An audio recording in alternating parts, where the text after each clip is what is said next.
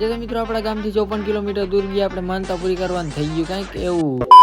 જય શ્રી રામ બધા મિત્રોને સ્વાગત છે આપણા નવા વ્લોગની અંદર. જેને ખબર નથી કે આપણે 365 દિવસનો ચેલેન્જ લીધો છે, તો આજે છે આપણો 16મો દિવસ. તો સરસ મજા નાઈ ધોઈને ફ્રેશ થઈ ગયા જવાનું છે આપણે મહાદેવને કરી દીધી અગરબત્તી, ચડાવી દીધી લોટી. શું મિત્રો દરરોજની જેમ નીકળી ગયા નોકરીએ જવા માટે.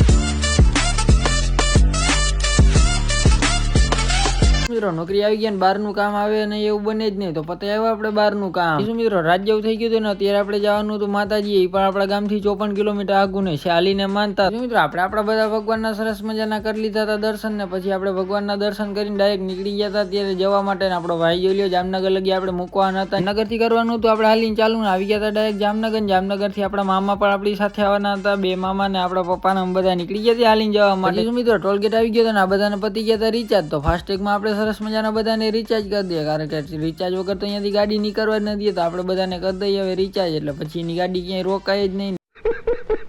મિત્રો ટોલ નાકે આવ્યા ત્યાં તો જોઈ લો ટોલ નાકાના માલિક આપણું સ્વાગત કરવા ઉભા હતા. ઘર ભેગું થાને ભાઈ.